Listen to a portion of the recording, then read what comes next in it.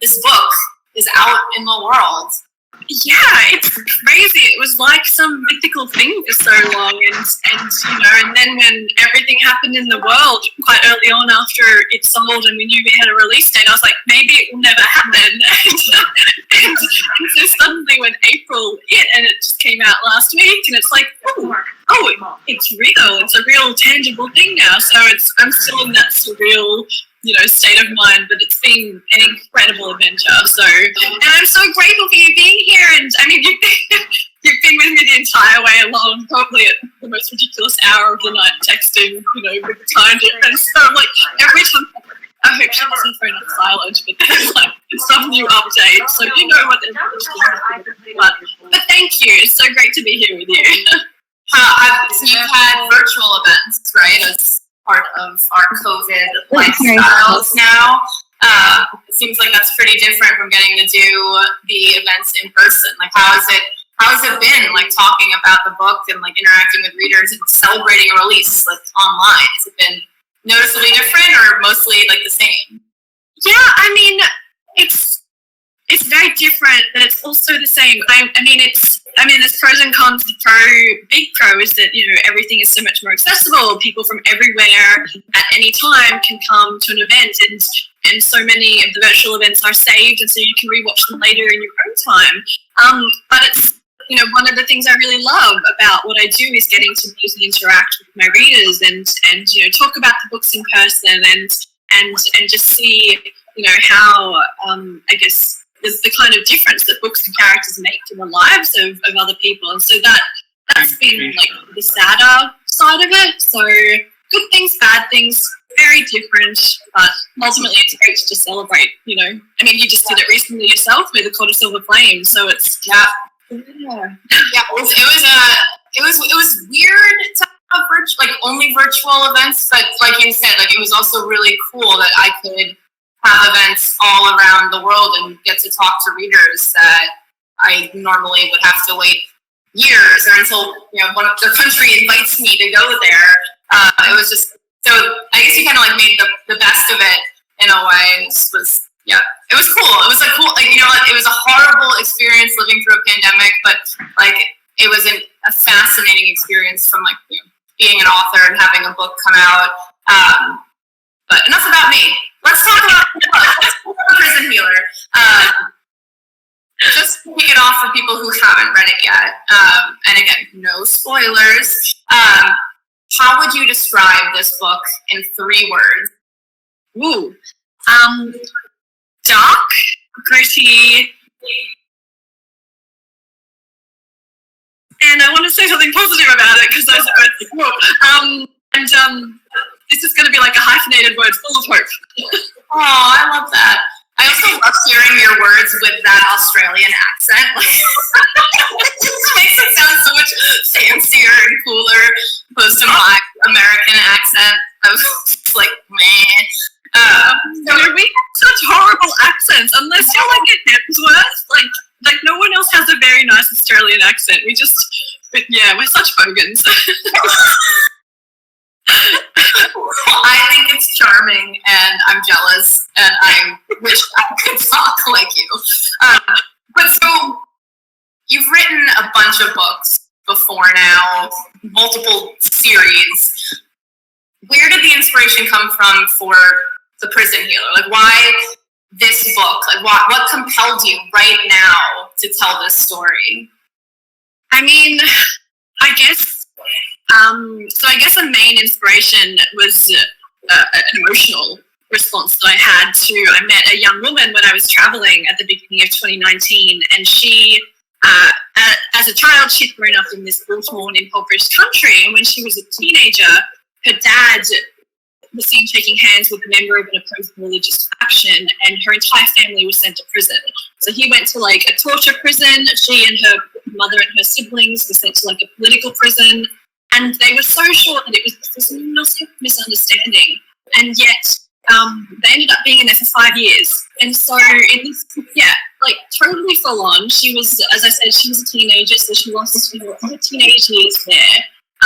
She had no idea if her dad was still alive. Her mother and her siblings kind of gave up hope, and so she I was just really, I hated the injustice of her story, but I was really inspired, I guess, by her agency, because she taught herself English, and she put herself through school, and she buddied up to the guards so that they would get preferential treatment and all those kind of things, and just every part of her story just really resonated with me and helped remind me just how fortunate I've been to grow up where I am, where, I don't get in trouble for shaking hands with someone who is, so it's just, unless it's, COVID time where you don't shake hands with any of you guys. But, this story, it just really stayed with me, and I continued traveling, and it was never like, I'm going to write a book about that. That was not even in my mind. It was just, I had just such an emotional response.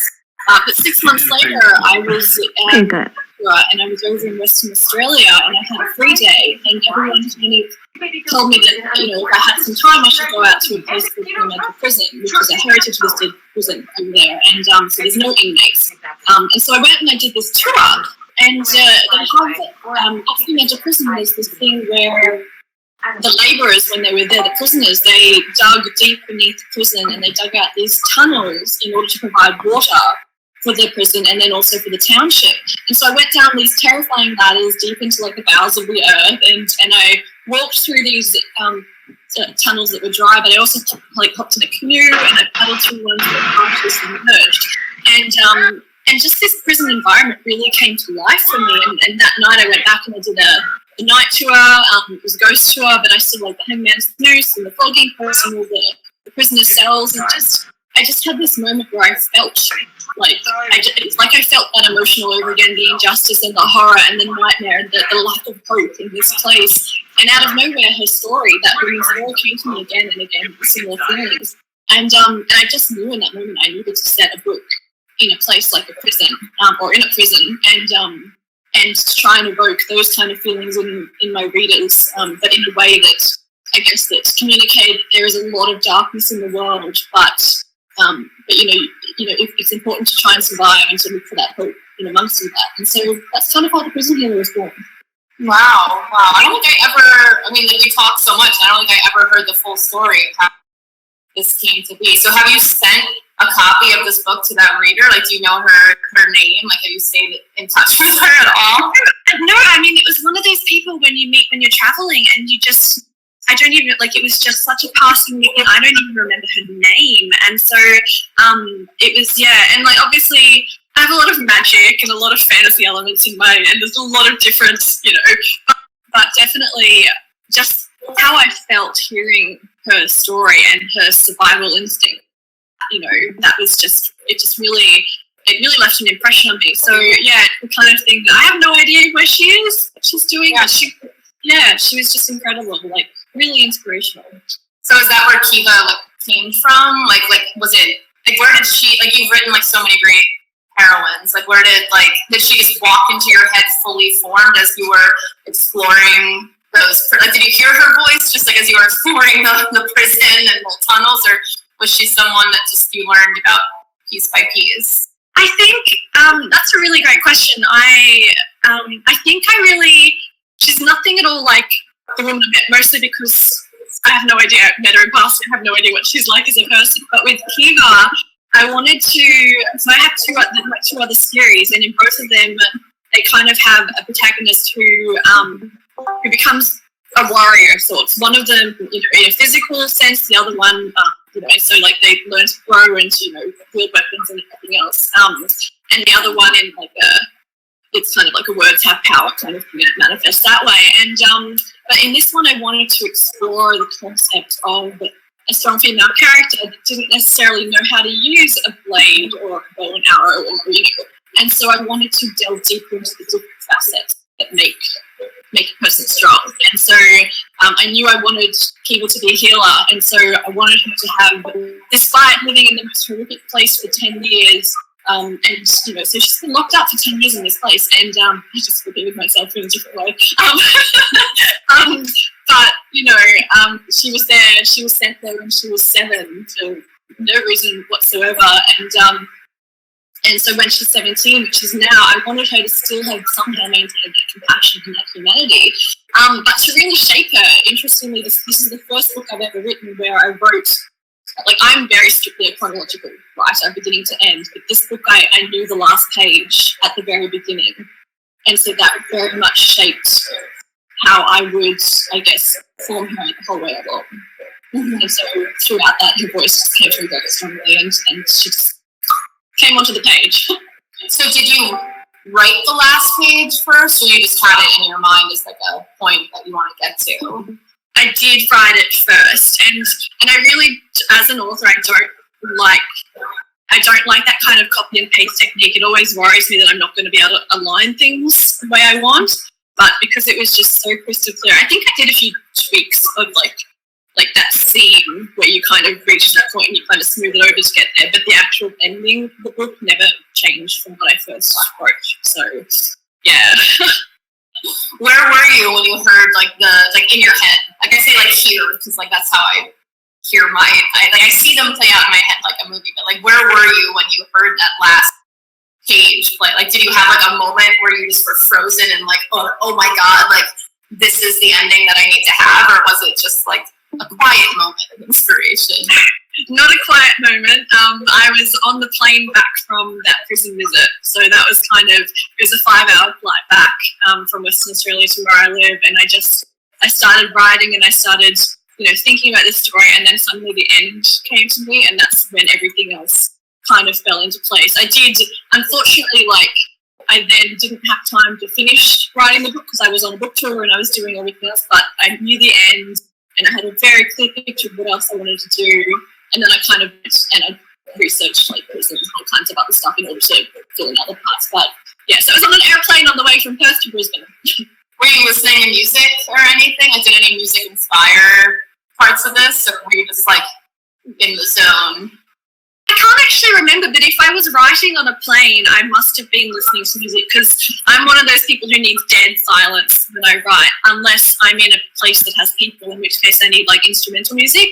So it probably would have been the Piano Guys or Rumor, or just some kind of classical, non-lyrical music. I would say. I wish I could remember that though. That'd be a really good anecdote.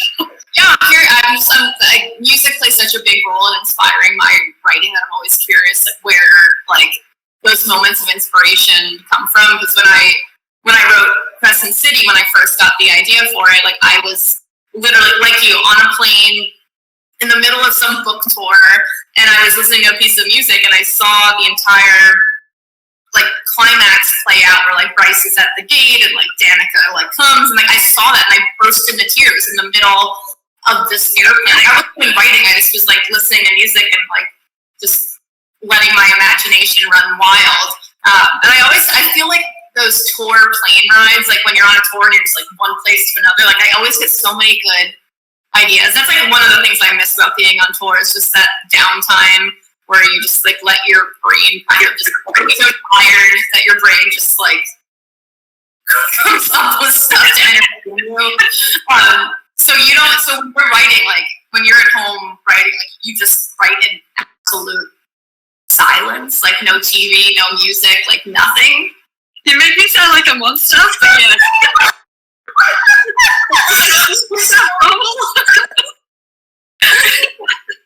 I find it so fascinating.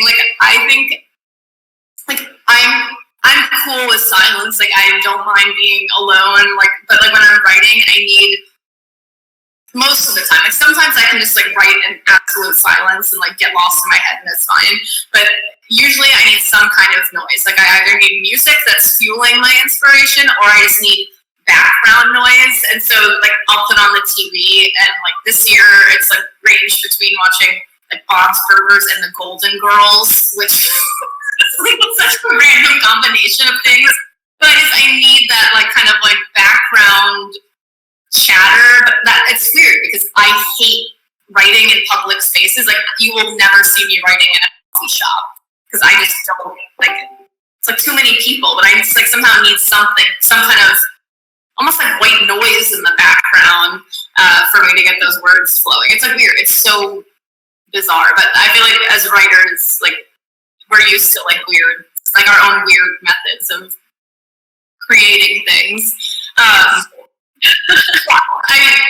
Okay, one thing I've been like dying to ask you, and I feel like I should have asked you before this point as your friend, was just like, what is your daily writing schedule like? You're like literally the hardest working writer I know. Like you're either like working on like 5 deadlines on a crazy schedule, or you're touring, or like you're just like you're critique reading for me. Like I swear to God, I think you have a time turner because I don't understand like how you can get so many things done and like consistently write such great books. So like just for me, like walk me through a day in the life of Lynette. Like what's your daily writing schedule like? Like do you write every day? Do you only write during the week? So just like tell me how you do it. Because I really need to know. Well, firstly, pot kettle. I don't know anyone who works as hard as you do and juggles so many things so well. So I feel like I should be asking you this question. But I mean, a day in my life. So I get up in the morning, as most people do. What time do you wake up every morning? Well, it depends on how late I've gone to bed, and because because I'm in Australia, your world wakes up at like my 11 o'clock at night. So my 11 at night is your 9 a.m. And that's kind of when my agent and my publishers kind of come online because they're in New York.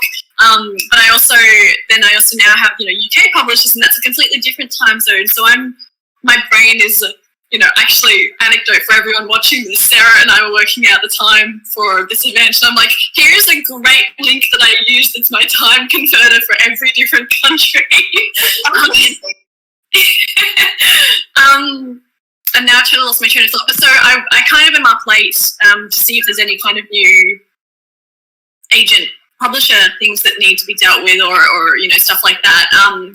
And so it depends, how late I'm up. The other day I was up until 3 a.m. in the morning doing something, and so obviously I wasn't up at 7 a.m. A few hours later to go up. But I tend to try and be up around 7 or 8-ish depending, and I always start my day by exercising, just because, you would know, you're stuck in a fantasy world for so long, but you're also stuck behind a computer, and just for mental health, but also physical health, and just everything to just kind of, it's kind of really my self-care is to do that. And so I do that. I like my mascara literally just like went into my eye. This is the most embarrassing thing that's happened.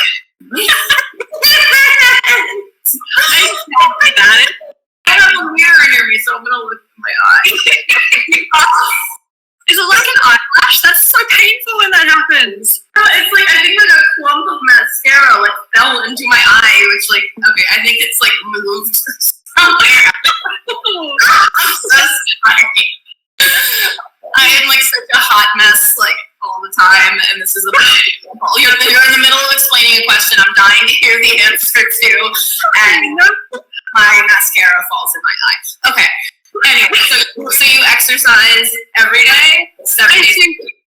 Yeah, you actually, this is not at all what we're talking about, but you just reminded me when we first met, like years ago, and we were at that supernova, and like, I just have just such a vivid memory of in the green room, you and your cousin, Stephanie, just like pulling out like these like makeup wipes, and just at like the green room tables, just like patting, I was like, this is like fully human of you. Like, this is so great. Anyway, just to put that spotlight on you again there, sorry about that. But yeah, so I exercise, and then, have breakfast, and then I usually, especially at the moment, I tend to spend the first half of my day juggling emails that have come in overnight if I hadn't gotten to them the night before. And that, I think, is just in the lead up to this release stuff and just general life stuff. But ignoring all that, if I'm having just a pure writing day, I will just sit down and I will write. I'll have a short break for lunch. I will keep writing. I'm not a 9 to 5 writer. If I'm deep in a scene, I need to see that scene through so that I don't lose kind of the edge of it, and I don't lose the voice of it, and I don't lose the vibe of it, especially if it's a highly intense action scene, or particularly an emotional, introspective kind of scene. I think to me, it's really important to stay in that. I have so much respect and awe for people who can be like, right, 5 o'clock, time to go. I'm like, how? But yeah, so I'm often writing really late into the night, early into the morning. And I don't have a very good work-life balance when I am in like intense drafting mode, but I write quickly and I get it done, and then I work on the life balance, and then I go back into an editing kind of hole, and then I work on the life balance. And so I don't do it so much in a balanced day as a balanced cycle, if that makes sense. Yeah, I am exactly the same way. Like, if I get in the zone, like, I've got to finish that scene. I've got to see that emotional moment through. Because if I draw, and like, that's why, like, if Josh like walks in the middle of a scene, I'm like, get out, because like I'm like I am literally in my character's heads, just like channeling it. And then the second I'm like pulled out of that, like I'm like I need to like start at the beginning of that scene, like work my way in. So yeah, I'm like exactly the same way, and I'm the same way with the balance thing. Like when I am like deep in a deadline and someone's like, hey, you want to hang out? I'm like, yeah, how about in 3 months? I'll see you. And they're like, okay, never mind. Why am I friends with you anyway? I'm like just so bad at that. And then like as soon as I turn in a deadline, I'm like, hey everyone, let's hang out again. And then I'm here. 2 weeks later, I'm like, nope. I feel like I'm constantly just sending apology emails to people being like, I'm so sorry it took me 6 months to get back to you. I was on a crazy deadline and I literally couldn't think of anything except this book or my like baby now, my almost 3-year-old son. It's just, yeah, I mean, I am the same way. Like, I like to go like do that deep dive like into my books and just like not even emerge, not even surface until it's done. Like, I need to just like focus on that. So we have a bunch of like great audience questions that I want to like weave in through our conversation, because there are a lot for people that are awesome. So the first one that I have, we got sent this list with no names attached, so I apologize if this was your question and I'm not giving you credit for it. But someone asked, Lynette, how did you come up with Kiva's code in the book? Ooh. Okay, so in the prison healer, there is, with Kiva being in the prison and her family outside the prison, they had to come up with a way to communicate so that it was kind of off the record and it wouldn't be interpreted, because there's not really meant to be any communication in or out. The prison is a death prison. You're sent there to die. And so Kiva has managed to befriend someone who kind of works at the prison, is the guard, and they managed to slip these notes in. And so the notes, they're coded by a code that this family created when they were kids. And that was inspired by when I was a teenager. I was at university with my best friend, and she and I, studious as we were, we created a code so that we could just not pay attention to our lecturers. So anyone listening to this, don't follow that example. I mean, we paid attention, but we also, I don't know, it's not like we could have totally written to each other in English. Like, there's no reason. It's not like in uni you don't get in trouble for passing notes. It's not like, well, here you don't. Like, they don't care. But I don't even know. We just thought, hey, let's come up with like a secret code that only we can read. And then it kind of became like a competition to see who could learn it first and not need a cipher. And then we just ended up writing these coded, full-on coded letters to each other. And I just remember there was one point where I could just read it like it was a language, and it was all in symbols and stuff. And yeah, I could read it, and it was a lot easier to write it, I found, because my brain kind of wrote the symbols easier than it did read them, but I could still do both. Anyway, I didn't retain that. It was like learning another language, and you know it at the time, but later on you forget it. But coming into the prison healer, it like little bits of it stayed in my head, and so a lot of the code in the prison healer is different, because my friend and I would have like love hearts for like the letter T, or like, a tree or something, so they weren't really fantasy-esque, so I've done different symbols, but that's kind of how it came about. That is so cool. Like, so did you come up with the code like only when you were in class, or like did you like take time outside of class where you're like, okay, we're gonna have a code meeting and discuss it? Like, I'm so fascinated. This is like the coolest thing. You're like a genius. Oh no, I feel like it's the kind of thing you'd probably be more likely to do when you're like 12 or 13. We shouldn't have been doing it at like 18, 19. We didn't have like secret code meetings. I think maybe if there were more of us in the group, that would have been cool. But it was just the two of us as an island knowing these symbols. And I remember my housemates at the time, they found one of the letters and they're like, what's this? And I was like, it's just a project. So it's just like awkward. But no secret code meetings. Mostly just did them in class. But I think a few times we wrote them outside of class and then handed them to each other in class. It sounds so geeky and nerdy. And you guys were never caught. Like your professor, like never was like, hey, like stop writing like notes, girls. Like you literally.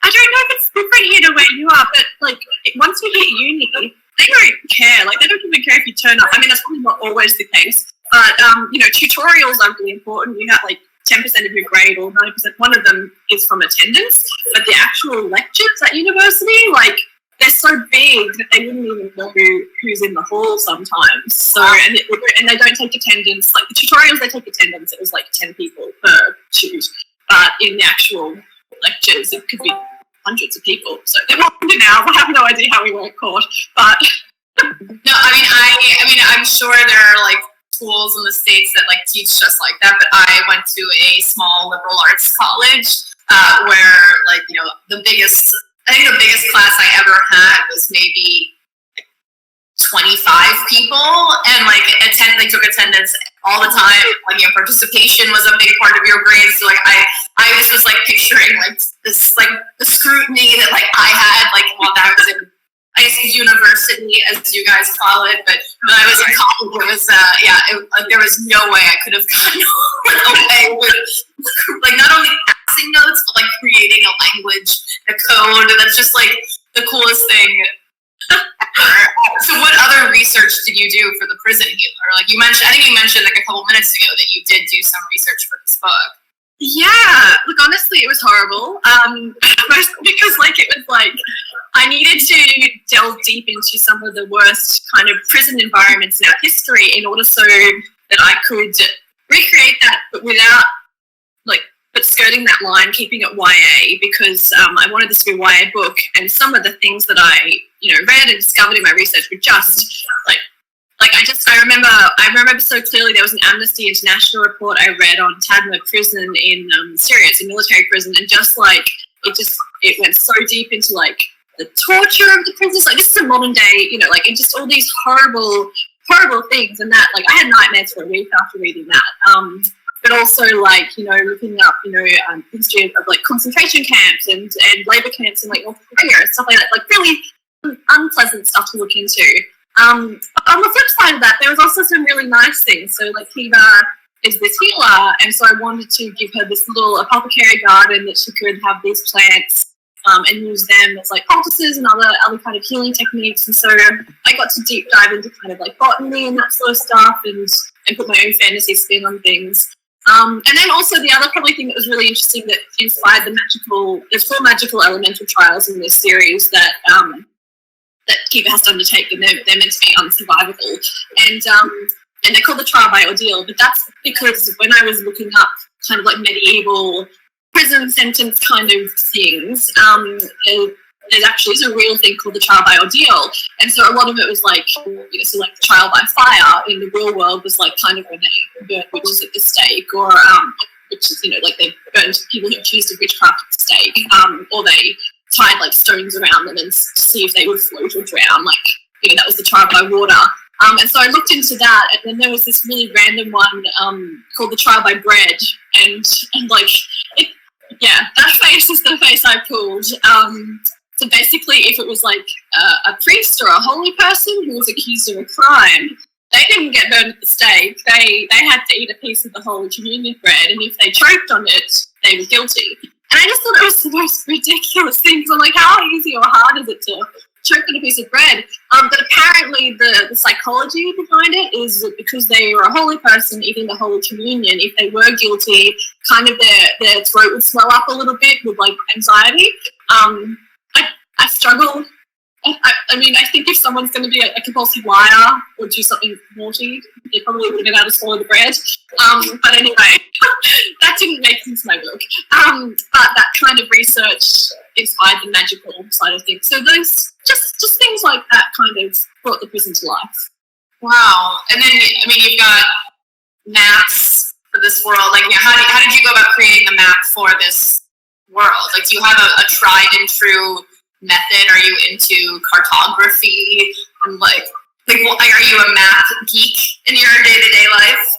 I mean, I love fantasy maps, but the comparison of the map that I sent my publishers to the map that the amazing designer Francesca Barrell designed is like looking at a children's stick figure compared to like a masterpiece. So, and I just remember having this thought when I sent what I'd sent on. I was like, if the designer doesn't come back with, you know, a very nice map, it's okay. We'll still be able to keep going. And I look at mine now and I compare it and I'm like, oh, I'm so glad that didn't happen, because it's just like, it's like finger painting in comparison. It's so bad. So, I mean, I needed to have a map, especially of Zaladov prison, so that I could navigate the characters around it, you know, because that's the whole world building of this first book is set inside a prison, but there's like a quarry and there's a lumberyard and there's an infirmary and there's a punishment block and there's all kinds of different parts to the prison.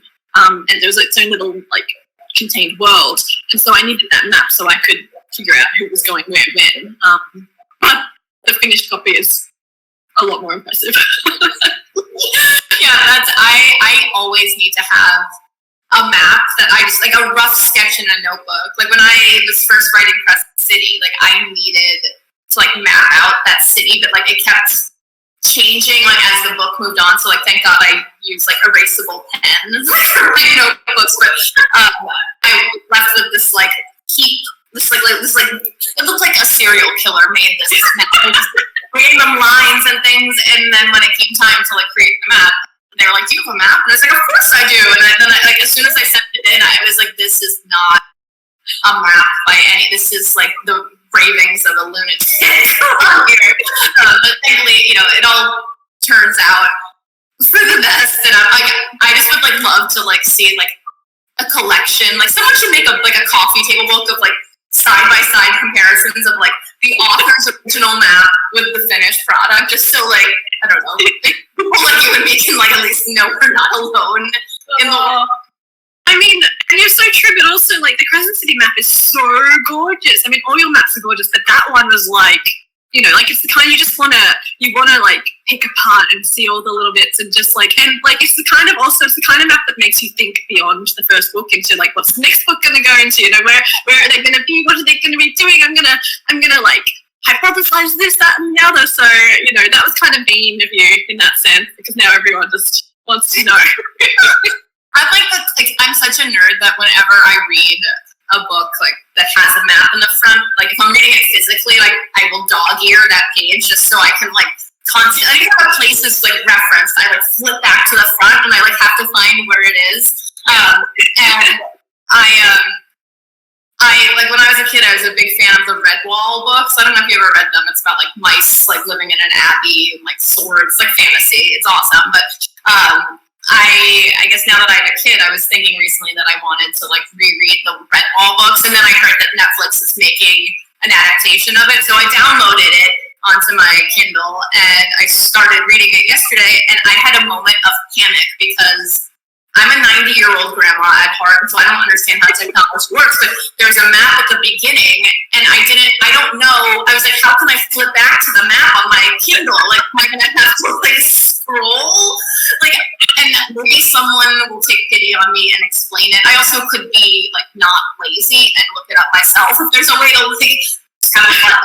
It goes back to the map, but like that's like I'm such a map nerd that like I need to know, like anytime like the first paragraph of the book is like talks about the layout of the Redwall Abbey, and it took me like 10 minutes just to read like this little chunk of text because I kept going back to the front, like figuring out where everything was. Well, I'm not great at like the tech side of it. I'm sure there's some kind of bookmark, but I would suggest take a screenshot with your phone, and so you can just sort of look at your phone and then have your Kindle there. Would that work? This is why I send my books to you because like obsessing and losing sleep over this drama. And in the span of 10 seconds, you're like, oh, this is how you can do it. Thank you. Perspective. That's all you need. You need someone to come up from a different angle. I'm going to do that. Like, as soon as this talk is over, I'm going to do that, and I will probably lose sleep tonight just out of sheer embarrassment that I did it. I don't know how to do it, like the bookmarking part of it. I'm sure someone watching. That's perfect. I mean, like, I keep my phone next to me anyway when I'm reading, so that's perfect. So speaking of like maps and like, you know, place names, like how do you come up with your place names, your character names? Do you have a method, or do they just kind of come to you? Going into the Prison Healer, I was pretty deliberate in the sense that, you know, I think I went through a phase of reading quite a few fantasy books, as most people do, and just you take like 5 minutes just to try and pronounce the name and get it right in your head, and then you find out later that it's not right anyway. And so I think coming to this, I wanted characters that didn't have normal names like, you know, John or Bob or whatever. I wanted them to have fantasy names, but ones that were so easy to read and so easy to pronounce. And so, you know, like the main character is Kiva, the romantic interest is Jaren, there's a young assistant called Tip, and there's a guard called Nari, and that's kind of like, you know, there's a knot, there's just, they're easy to read and easy to pronounce, and you know, yeah, place names I can be a little bit more flexible with, because I think in fantasy world it's fun to have place names that are like, ooh, how do you say that? What do you do with that? What happens there? And it's almost like the name of the place has like a certain feel about it, like a happy place would have like a more of an upbeat name, or a, you know, like, I don't know, like, or a swamp will have kind of a, so like there's this isn't really a spoiler, but in the second book there's a cottage in the middle of the swamp, and the cottage is called, and of course I've forgotten the name of the cottage I created. I want to say Moss Cottage, or something like that, Mossweed Cottage, Murky something, I don't know, something that's like swampy. Wow, that was badly done. Well, it's because originally it was Cobblestone Cottage, and I was like, that's a really cute name, but it's in the middle of a swamp and there's no cobblestone, so why would it be called Cobblestone Cottage? I think it's Moss, but no word. So, yeah, I just, it's like, I mean, if it, you know, to use like a Harry Potter reference, it's kind of like the wand chooses the wizard, and so in that way, it's kind of like the name chooses the character, or the name chooses the place. And I mean, you must have an answer to this. You have so many characters, so many places across so many books. Like, do you use like baby name websites? Yes, I do. I use baby name websites, and sometimes a name will just come to me, like Nesta and Cassian. Like, their names just like came to me from start. But then like other names, like I will just need to go through a baby name website and see what sound, if it's a dude, see what name sounds like sexy. I have no intellectual method at all. Though after I named Kale in Jordan Glass, I like learned my lesson about like pronunciation that are slightly easier to pronounce. I'm still prone to like coming up with names that are like not easy to figure out. I remember, do you remember when so I was like, I didn't realize Kale was pronounced Kale, and so with I remember I had this total panic when I found that out, but I'd already written my Whisper series, and my lead, one of my lead men in that is Kale, but Kael, and I remember just talking to you, I'm like, promise I didn't steal your character's name, I just didn't realize it was pronounced that way. No, I went with Crescent City, I came up with Rune's name, and Rune was Rune, and then I wound up, like, catching up on some of J.R. Ward's Black Dagger Brotherhood books, and she had a Rune character, and I wrote her a whole email being like please, like I was like, mine, like, of course I'll change it, but I just want you to know, like, you know, this, like, was not my intention at all. So, like, I've been there, I totally get it. It's hard. You know, coming up with a name that, like, you know, feels original, like, it's hard.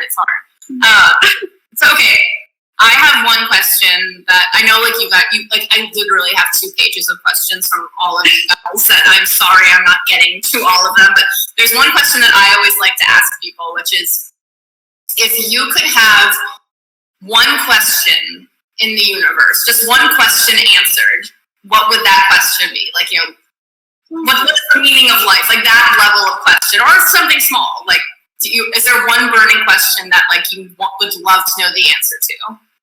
This is the kind of question that you need to give prep for. Because I'm like, how do I do, like, the weird cricket noises while I'm thinking? No, I like to hear, like, I don't like to tell people ahead of time, because I want to hear, like, is there something just, like, right off the top of your head that you will always want to know the answer to? I think, if it was, like, a blanket question that I could always ask, it makes me sound so untrustworthy, but I would really like to know when people are telling the truth about things, because I think so much of, like it's not really a question, but it's like when you get an answer to something, it's like, how do you know, like, because you're hearing different answers from different things, and which is the one to go with? So, I don't know, like, I can't even think of, like, okay, let's go with the meaning of life one. I feel like that's probably I'm stealing your question. That's not mine. Mine is whether aliens exist and were we visited in the past by ancient aliens. Right, then mine is going to be like along those lines, but like, like whether mythological creatures actually exist in our world and they're just kind of hidden. So, I want to say like dragons, but I feel like you'd see them. But like even just little things like Bigfoot or like, unicorns, or little things like unicorns. You know what I mean? Like stuff like that we hear about and is based on legends, where those legends came from, and if there's any truth in that, and whether there's still truth in that. And Atlantis. Okay, I've got a lot of questions. This is the best question to ask someone, because you learn so much about them. Speaking of Bigfoot, I read this great book last year called Devolution by Max Brooks. It's like a first-hand account of a like made-up like Bigfoot massacre of like some hikers in the woods. It's so good. It's like it kept me up all night. Like it was just like random kind of like you want to know about Bigfoot. It's like that weird like Bigfoot erotica weird. It's just like like it's just it reads like an actual first-hand account of like what like happened when like people in the mountains were murdered by Sasquatches. I'm not teaching it well, but it's really good. Here's the audience question, because I know we're kind of like the clock is ticking at this point. But if you had to face one of the trials, which one would you choose? None of them. I would die. I think knowing with pretty clear certainty that I would die, it's the better question is probably how would I prefer to die, based on those trials. So I think the quickest death would be the trial by air, given what happens in that. Because the trial by fire would be awful. The trial by water would also be awful. And the trial by earth would be long and awful. They would all be really long and awful, except for the trial by air, in which case, pretty quick death. Yeah, I feel like anytime anyone's ever asked me, like, how would you survive in, like, the Hunger Games? Like, I wouldn't. Like, I would be, like, that kid in the beginning of, like, the race to the cornucopia that just, like, around. I have no survival skills whatsoever. So, let's see. Okay, there's so many questions for you guys. Okay. All right, we have other questions. Do we have live questions? Would you like to ask some of those? We do have questions. Okay, let's hear those.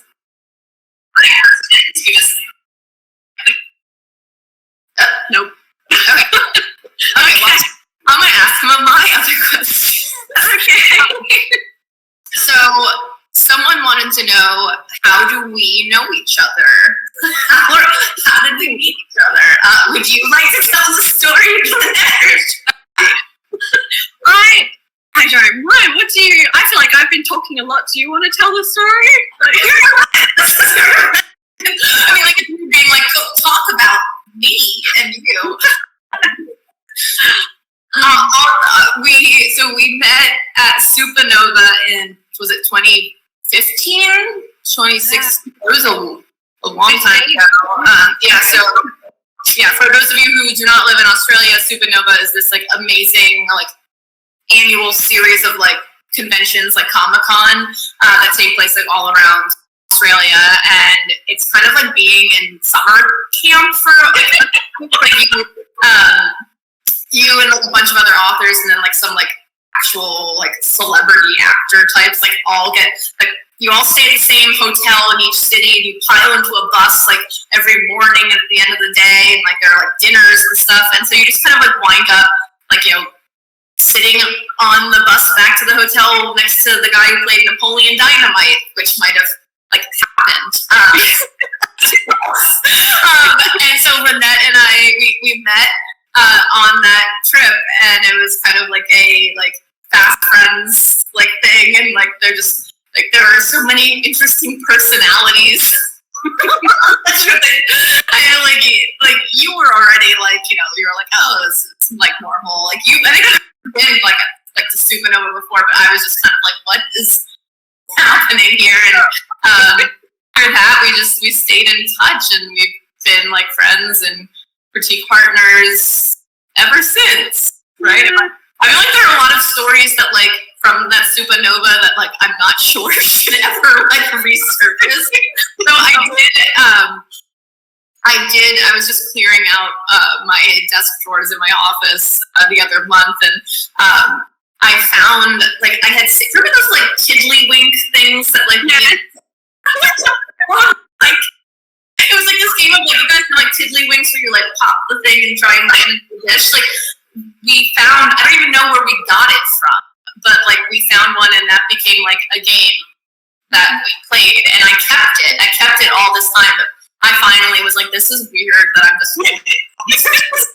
so I threw it out, but we had a lot of we need to like preface this by telling everyone that when you're at this convention, like it's 2 weekends, 3 full-on days, you're exhausted, and it's like full-on signing day. It's not like an hour of signing, it's like 8-hour signing day, and they give you good breaks and stuff. But when you're in the green room, which is when we were playing the games, and when we were just like so shattered that you just kind of sit there like, and you're bonding with everyone just because you have no filter by that stage outside of the public domain. And we were in crazy mood, and that's kind of like how like the friendship formed, and a lot of the stories that we're not going to share happened like in those kind of places too, just because like what happens in the green room and what happens at con stays at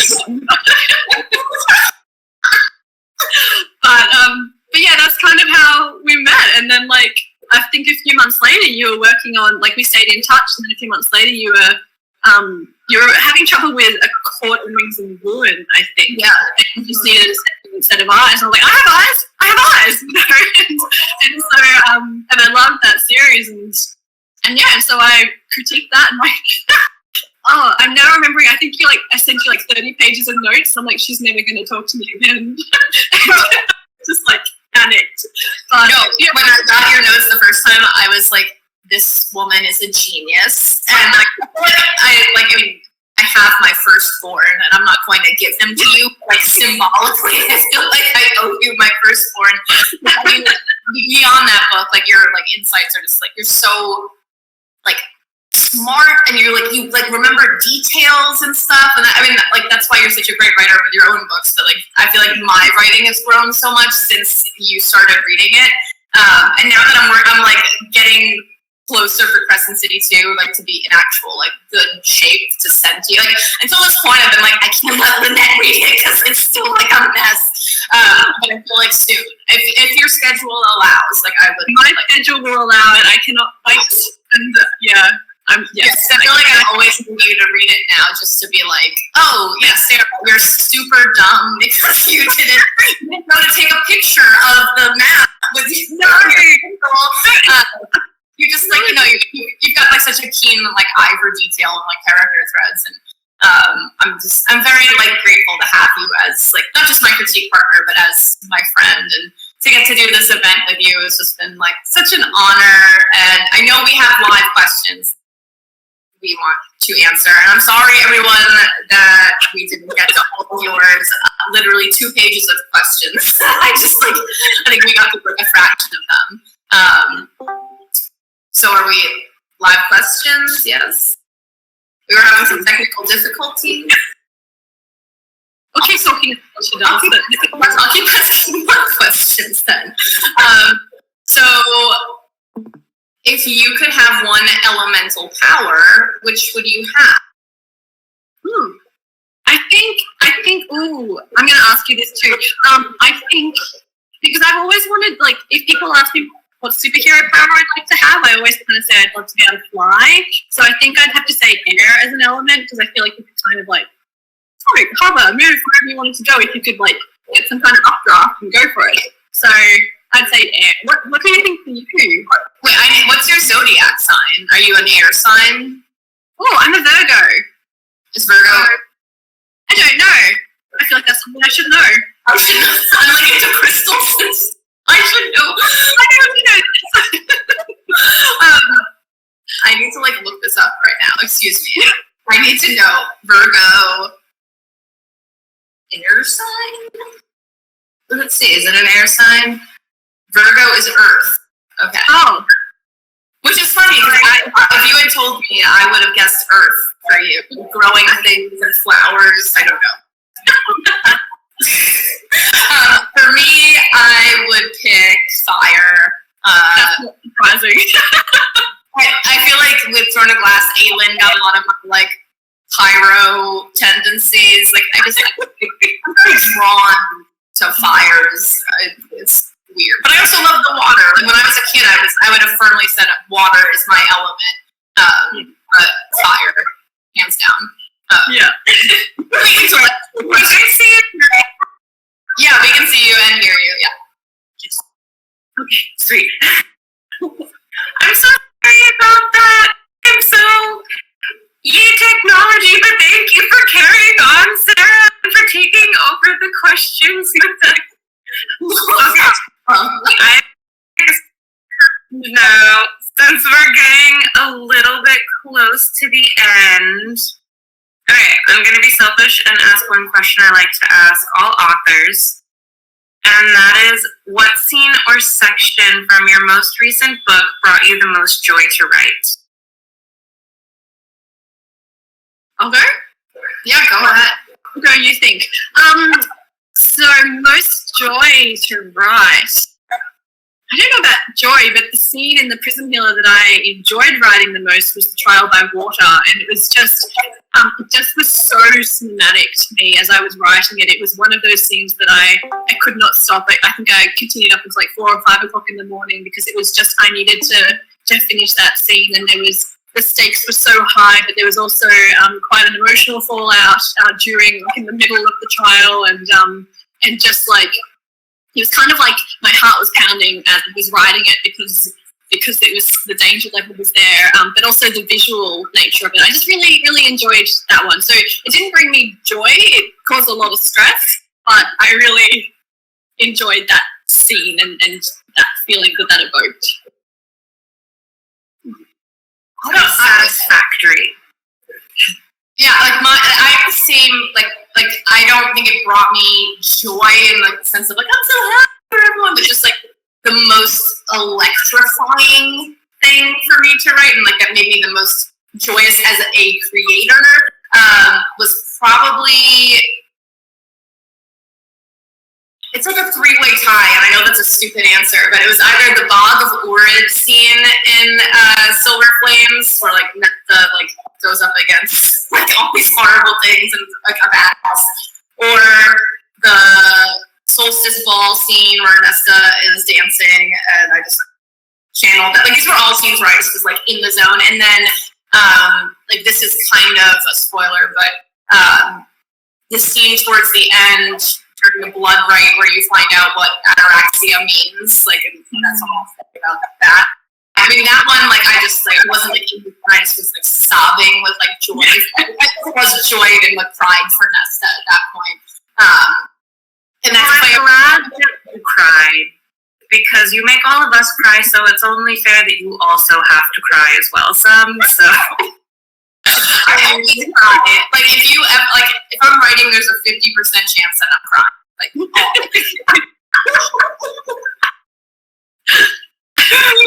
okay. Oh.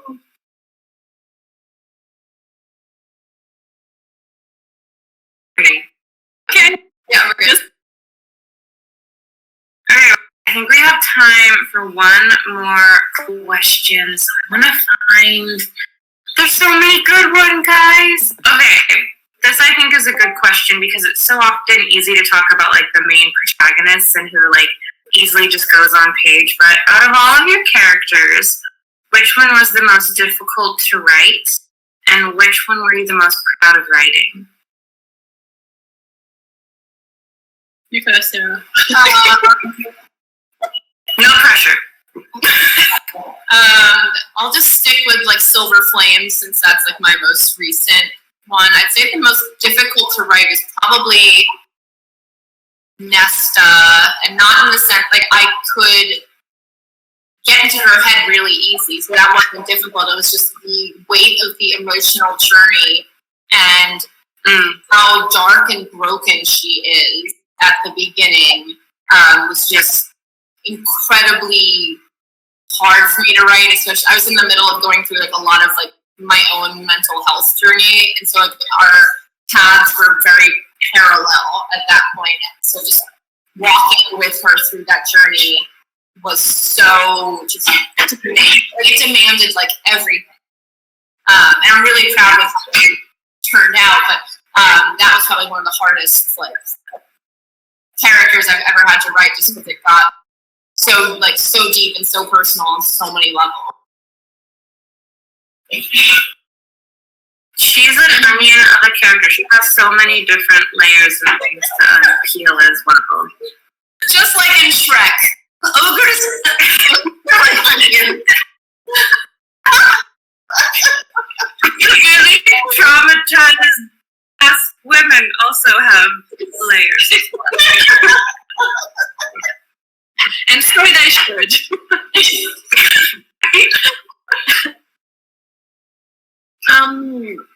My turn? Yeah.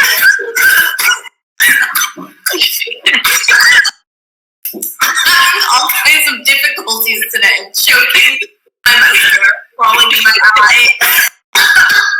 I don't think is there any way to mute me while you talk. So. Okay. Now I can't stop watching you cough. I'm gonna not like look at you on the screen, otherwise I get distracted. I guess so. Okay, so I think Sarah answered the most traumatic or most difficult character, so I'm gonna go maybe with the one I'm proudest of. Would that work? That way we've covered both. So I think, and mine's kind of like, this is a little bit sneaky of me to say it, but because it is to do with the Prison Hill series, but it's more to do with the second book, which comes out in October. And so the second book's called The Gilded Cage. And in that book, there's a character who comes into the first book for a very brief time. And this character is a prince of Avalon. And this prince was never meant to have a major role in the series. He had a cameo in the first book, and I knew I wanted to play with a bit more in the second book. Not as a romantic interest, but just as a side character. But he became who Kiva needed in the second book, and he became with her personal character arc, everything she goes through, the trauma of the first book, and also 10 years of being in a death prison, but also going into the next book and the emotional fallout of a lot of things there. He is just this. He surprised me, and he's kind of the character that I really connect with, and he's just kind of the person that kind of, I guess, you'd want as your best friend to help hold your hand through some really tough times. And she has a lot of reasons to not want anything to do with him, so it was really fun to play with that dynamic between them. And again, to keep it purely platonic, because I don't love love triangles, so there was never going to go that path. So he's probably the one I'm most proud of. You mean they can just be friends? What? Shock horror! have one. Okay, I'm gonna just ask one more question, and that is because I feel like Sarah, also you may appreciate this with the mascara and everything. So a question I think is fun to ask because it is also telling is, in the magic system you have created, what is the power you wish you would get, and what is the power you think realistically, if you were in that world, that you would have?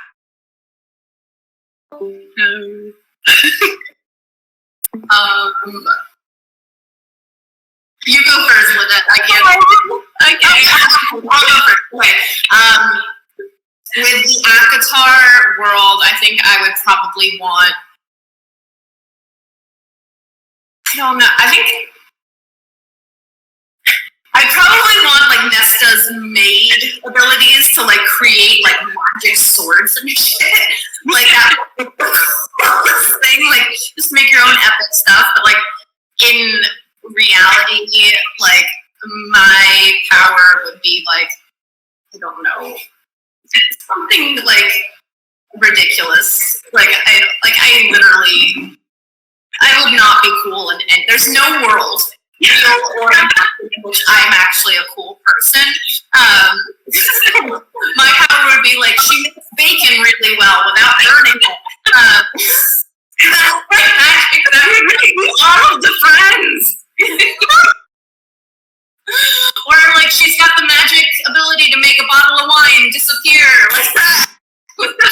Hey. I mean, if you can make it appear, then that's pretty cool. Yeah, you know. Yeah. Like, I mean, maybe I'd even go so far as to say like water into wine. That would be like. Sorry, if I offended anyone. But it would be something At a party, you'd be the most. Like, you would get invited to all parties if that was your skill. So yeah, except the problem is that I hate going to parties. I like just staying home. So I would have this ability for me and my husband. Woman, and anytime you want it. All right, Lynette, you're in the hot seat now. Oh, okay. your turn, Lynette. I'm gonna like totally cheat on this one because in the Prison Healer series, hardly anyone has magic. So I would be also that uncool person who very much does not get a magical ability. So I just think that, you know, I mean, you have to be born to a royal bloodline. Either one side has like elemental power and the other side has like healing power. And there's anomalies. There are anomalies out there who aren't born to those and who can have magic. And so I just don't think I would be an anomaly. I just don't think I'd be that lucky. But if I was that lucky, I think I would love to have. I mean, I did mention before that I'd love to have an air elemental power, but I think like altruistically, I'd love to have like a healing magic. I think you could probably do a lot with that and help a lot of people, and so that would be my wish list of. I like how you made me look like such an asshole just now. I would make and champagne for myself, and it would drink for people. Sorry, I can take my answer to like something else. I mean, nothing fits into the world. Maybe perfect. That sums up exactly who you are. You're like a joy and like a ray of sunshine and like a wonderful person. You're not like a withered up like icer like me. I mean, if I make you feel better, I would want to be like a badass wielding fire, but the reality is that I would probably just be stuck with like, oh, she's the person who grows hair really quickly, which is the gift that no one would want. I mean,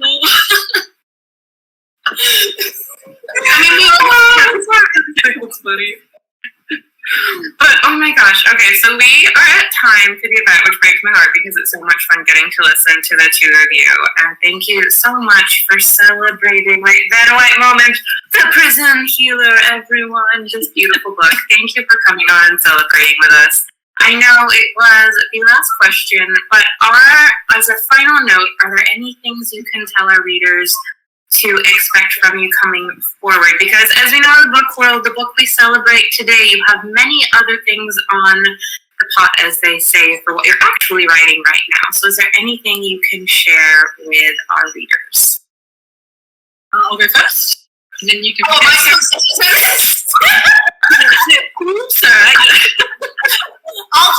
I'm working on Preston City 2 right now. It'll be out like sometime next year, early next year. That's all I can say. And Lynette, now you talk. Well, I think I kind of touched on it before. The Gilded Cage, which is the second book in the Prison series, comes out in October. So if once you read the first book, you'll be really grateful that there's only a 6-month wait, because it kind of ends in a cliffhanger, and that way you can just dive straight into the next one. And yeah, I can't really say much except that there's the stakes are a lot higher. There's a lot more there's a lot more of a political kind of dynamic in it, which was a lot of fun to write. There is a lot of emotional drama, but not like in a I don't love that kind of teen angst kind of drama. So it's not that kind of drama. It's like these are heavy things. If you've read the first book, you'll know why there's emotional drama going into the next book, and so a lot of that has to be fleshed out. And there's a lot of balancing of scales and warring within oneself. But I'm going to stop now because I'm just going to give away the whole book. But that's that comes in October. And I have an anecdotal proof of this because the one of the co-owners of the store literally finished Prison Healer, and then she immediately was like, okay, so when is book 2 coming out? Because I need it, and I need it now, and I need to know what's happening, and I need to know what's going on, and I need to know all of the things. And I was like, that's a very good sign when you finish a book that is the first response that you have. So, it breaks my heart, but it is time for us to say good evening, everyone. Thank you so much, Lynette, for joining us, and Sarah for joining us. It's been such a treat. Everyone, go up and read Last Vanillite of the Prison Healer. It is such an amazing and fabulous book, and I can't wait to hear what all of you guys think about it when you're done. And, oh my goodness, have a good evening, everyone, and we will see you next time. Goodbye! Thanks, everyone! Bye.